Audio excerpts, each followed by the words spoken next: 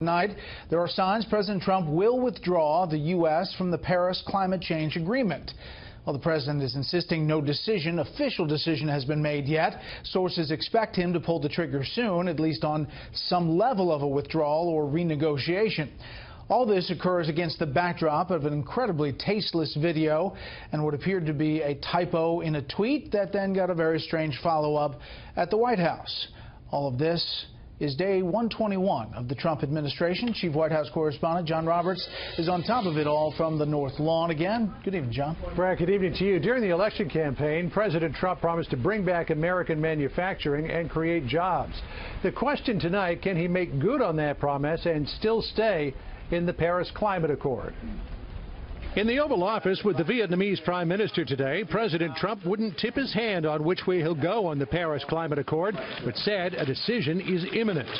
At the G7 meetings in Sicily last week and at the NATO summit, President Trump told America's allies he truly cares about the environment, but he's also concerned that adhering to the strict protocols of the Climate Accord could risk the U.S. falling behind nations like China and India in manufacturing and job creation. All the burden, once again, is on the United States to adhere to things that other countries aren't willing to do. And I think this president is looking at this and saying, I'm here as the President of the United States. Is this the right thing for our country? Well, several sources who spoke to Fox News believe the president will make a clean break from the accord. One suggested the president may seek a middle ground, withdraw from certain agreements like the Green Climate Fund, but stay in the overall framework of the deal.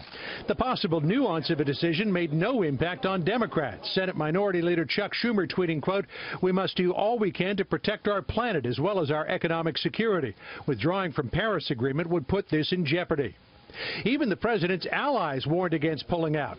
Tesla SpaceX CEO Elon Musk, who sits on a number of White House advisory councils, tweeted, quote, "Don't know which way Paris will go, but I've done all I can to advise directly to POTUS through others in White House and via councils that we remain."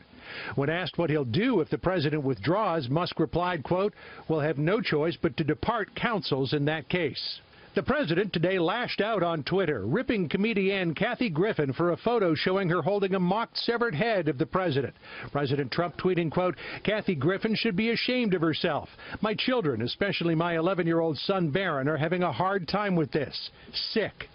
The photo drew a rare public rebuke from the First Lady in a statement to Fox News saying, quote, "As a mother, a wife, and a human being, that photo is very disturbing. When you consider some of the atrocities happening in the world today, a photo opportunity like this is simply wrong. It makes you wonder about the mental health of the person who did it." The president also left the nation scratching its head after sending out a bedtime tweet last night that ended with the word "covfefe." It looked like a simple typo of the word coverage, but this morning the president made a game of it, tweeting, quote, "Who can figure out the true meaning of covfefe? Enjoy." The White House press corps wondered why it took hours for the original tweet to be deleted and whether the president needed a better Twitter monitor, prompting this rather cryptic response from the press secretary.